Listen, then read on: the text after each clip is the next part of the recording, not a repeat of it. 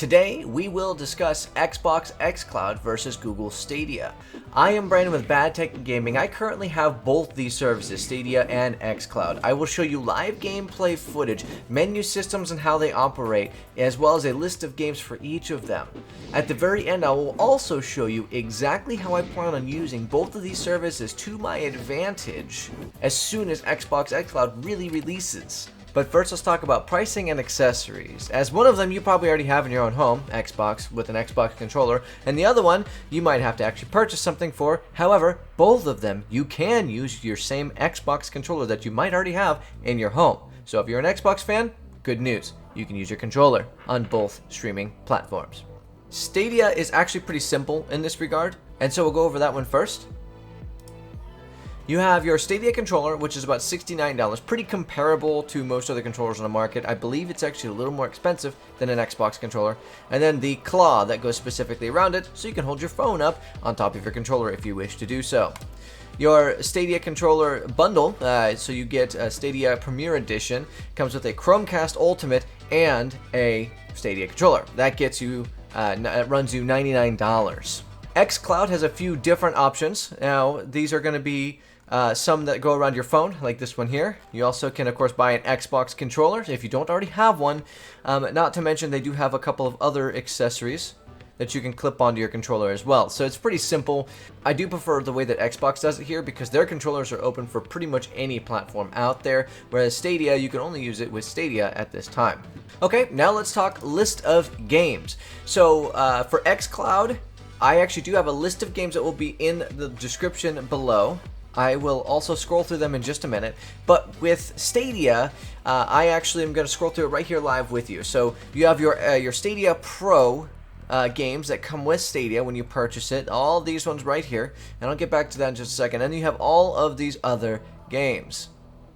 Now, of course, anything Xbox exclusive is not going to be here just because, well, Xbox is not going to share this with you unless if you pay for their streaming service and use it on their platform. That's just how that stuff kind of goes. And here are some of the Xbox games that are actually on there. I do have a link in the description below of all of the Xbox games. You can take a look through that so that we don't have to keep pausing and be like, oh, wait, do they have that? Do they have that? You can see all 101 games available on Xbox xCloud right now. I will show you game latency later in this video between both platforms and tell you which one is better, worse, or maybe they're both the same. Stay tuned for that. But first, let's talk costs. So Xbox's xCloud is pretty simple. It's $14.99 a month. Now this includes access to over 100 different games. Obviously, we just showed you 101. Of course, new games are always added. You get the Game Studio titles the same day release, which is actually pretty cool. So like when Halo games release or like Gears of War games release, if you're fans of those, that'll be a big deal. And then you get all of these other things as well. So you get Xbox for PC and console. You get all of these things included into your Game Pass Ultimate here with the xCloud. So you can play all three platforms with just one subscription. Google Stadia, however, it's a little bit different. So you can play on any platform that has a Google Chrome browser. So that's PC, tablets, phones, anything like that. And of course, you can play for free. So you don't actually have to pay for a subscription, but you can join Stadia Pro and not have to pay for these games and titles. Now, that's where they're different. So you don't have to pay for Stadia. You get some things for free, so here are the games that you get for free with Stadia Pro, as I showed you earlier. However, all the other games you're going to have to pay for, so you'll buy more of your favorites. So anything beyond what they decide that it should be out there right now, I'm not really sure how exactly that decision is made, you have to pay for. For example, Dragon Ball Xenoverse 2. Very good game, but you have to pay for it. Doom Eternal, you have to pay for it. All of these games, Ghost Recon, all that good stuff, you have to pay for it. Just Dance, which I'm curious how that would work actually on Google Stadia, because that's a pretty fun one.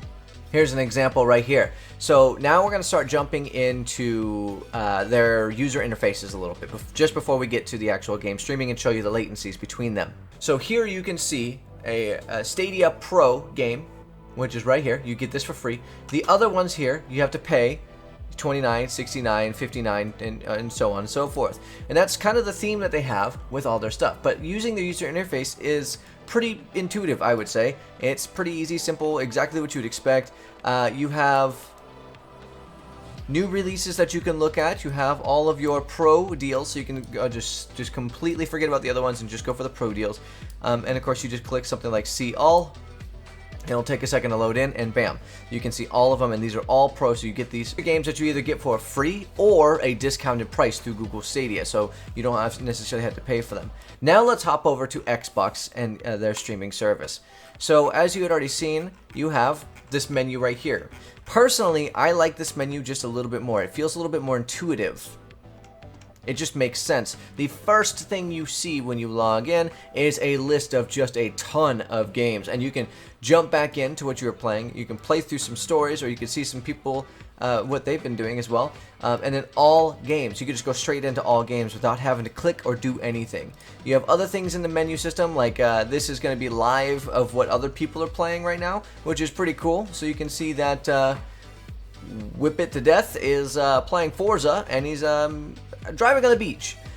And then you can go straight into, oh, we love your feedback, and in your own account, everything like that. So you can even allow cellular data with XCloud that you can't do with Stadia. Now we're going to go into streaming for each service and see exactly how that works. Now I will give you my conclusion at the end, and the way that I plan on using these services to my advantage as a consumer. So do stick around to the end for that, or skip to the end if you just want to get to that conclusion and you do not want to watch how they're going to stream together right now. First and foremost, we're going to go with 2K. So this is Google Stadia and NBA 2K. This is their loading screen that they go through. It just kind of slowly zooms in and pans in. Alright, and while that's loading up, I'm actually going to go ahead and show you really quickly my speed test. I get 230 megabits per second download speed and 11.2 megabits per second upload speed. So I have a very good internet connection to run this off of. Now let's hop into 2K. So real quick, I'm going to show you exactly how the delay is.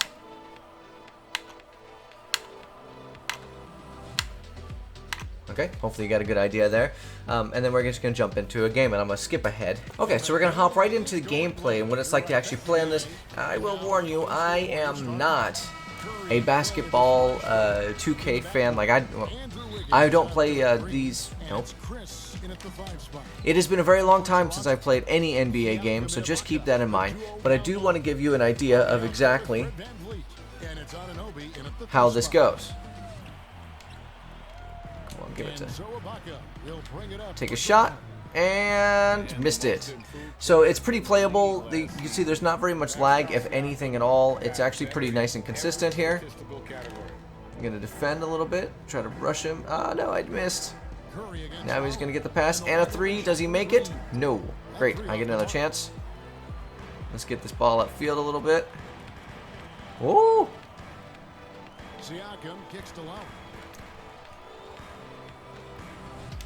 And I get the shot, get the three. Just missed. Alright.